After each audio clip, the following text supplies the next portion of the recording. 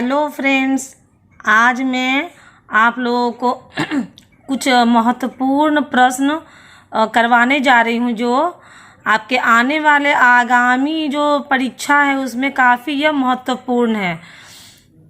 तो मैं 50 प्रश्नों की एक सूची लाई हूँ जिसमें मैं जो अधिक परीक्षाओं में पूछे जाने वाले प्रश्न हैं मैं उनको यहाँ पर लेकर आई हूँ।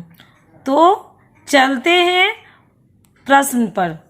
तो मेरा पहला प्रश्न है, हिंदी साहित्य के आरंभिक युग को, देखिए हिंदी साहित्य जो है इसके आरंभिक युग को आदिकाल किसने कहा था। यह जो प्रश्न जो है ये काफ़ी महत्वपूर्ण है।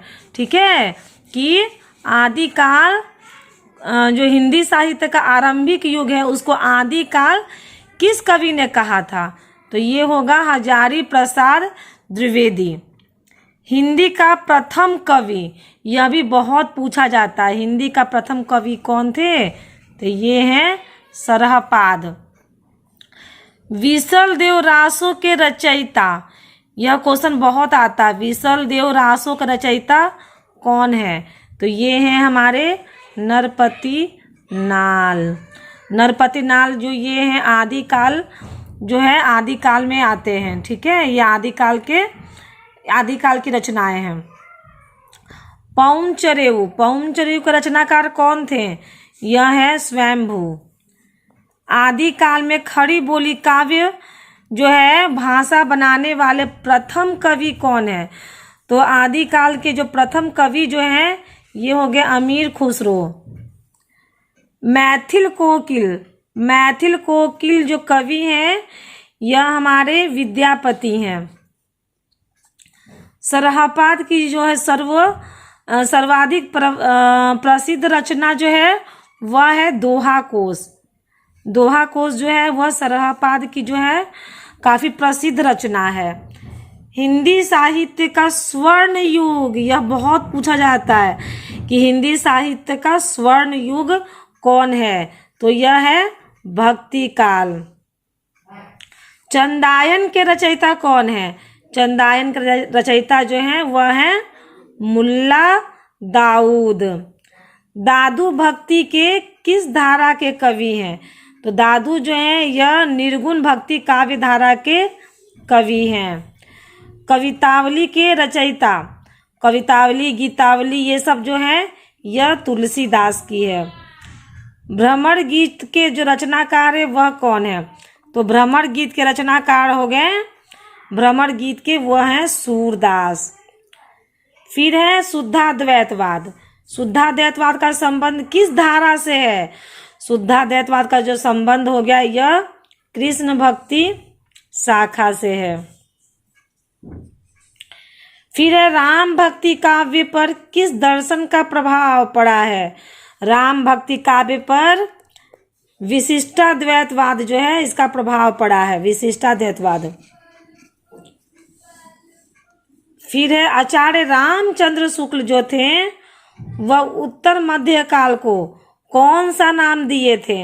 आचार्य रामचंद्र शुक्ल जो थे उत्तर मध्य काल को रीति काल नाम दिए थे। यह हमारे टीजीटी पीजीटी यह सब प्रश्न जो है यह हर परीक्षा में पूछे जाते हैं। रीति काल को काव्य की दृष्टि से कितने भागों में बांटा गया है। तो यह 3 भागों में बांटा गया है, रीतिबद्ध, रीति सिद्ध, रीति मुक्त, ये 3 भागों में बटा है। देखिए एक प्रश्न नीचे आ ही गया है, रीति सिद्ध काव्य धारा के प्रमुख कवि कौन है। जी हाँ, बिहारी जो थे वह रीति सिद्ध काव्य धारा के प्रमुख कवियों में से एक थे। अब चलते हैं नेक्स्ट प्रश्न पर। रीति काल के किस कवि ने वीर रस प्रधान रचनाएं की हैं। ठीक है, वीर रस जो रीति काल में जो वीर रस प्रधान रचनाएं जो की हैं वह है भूषण। घनानंद किस काव्य धारा के कवि हैं। तो घनानंद जो है वो रीति मुक्त काव्य धारा के कवि हैं। खड़ी बोली का प्रथम महाकाव्य है प्रिय प्रवास। ठीक है, यह बहुत पूछा जाता है। साकेत के रचनाकार, साकेत जो है, साकेत के रचनाकार कौन है? मैथिली शरण गुप्त जी। पुष्प की अभिलाषा, यह प्रश्न बहुत हम लोग पढ़े भी हैं। पुष्प की अभिलाषा कविता के कवि कौन है? तो माखन लाल चतुर्वेदी। छायावाद को स्थूल के प्रति सूक्ष्म का विद्रोह किस आलोचक ने कहा था? तो यह हमारे डॉक्टर नगेंद्र जी हैं, इन्होंने ही कहा है। कामायनी में किस दर्शन की अभिव्यक्ति हुई है?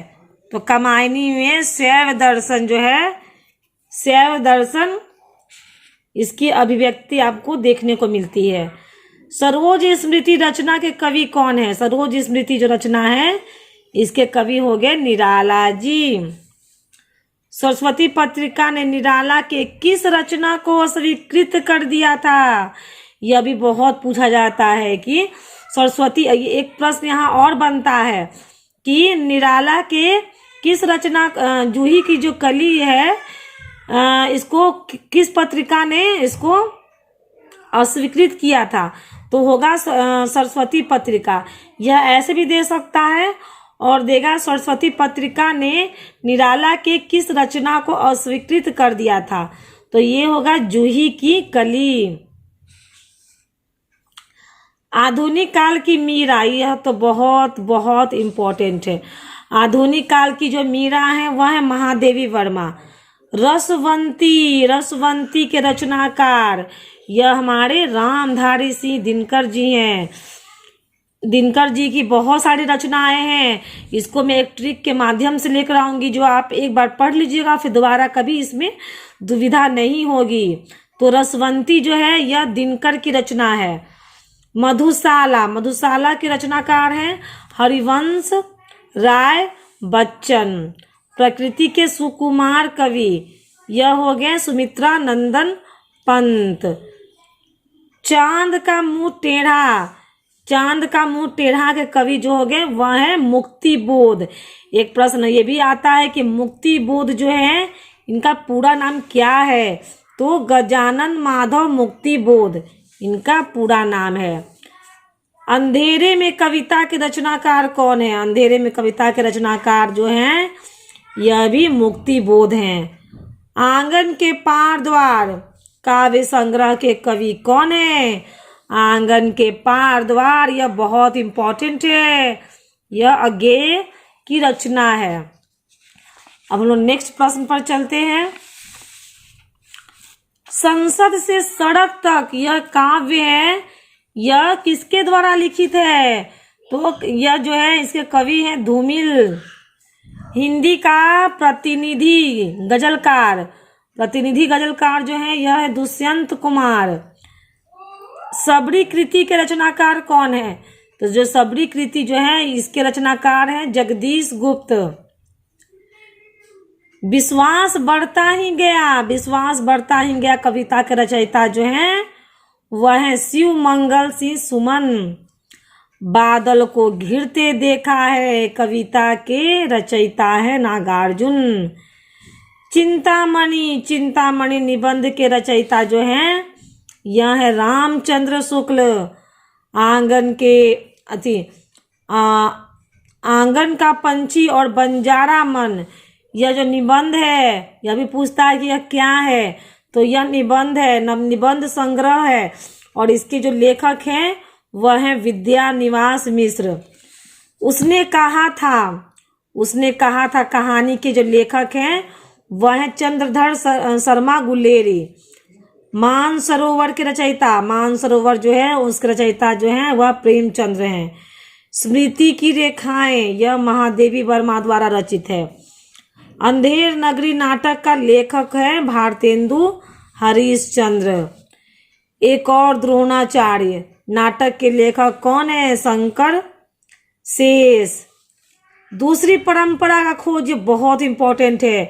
दूसरी परंपरा का जो खोज है वह डॉक्टर नामवर सिंह हैं।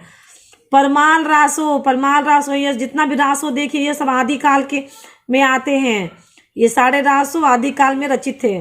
तो परमाल रासो जो कवि हो गए इनकी रचना जो है वो जगनिक है। आदिकाल को सिद्ध सामंत काल किसने कहा? राहुल सांकृत्यायन।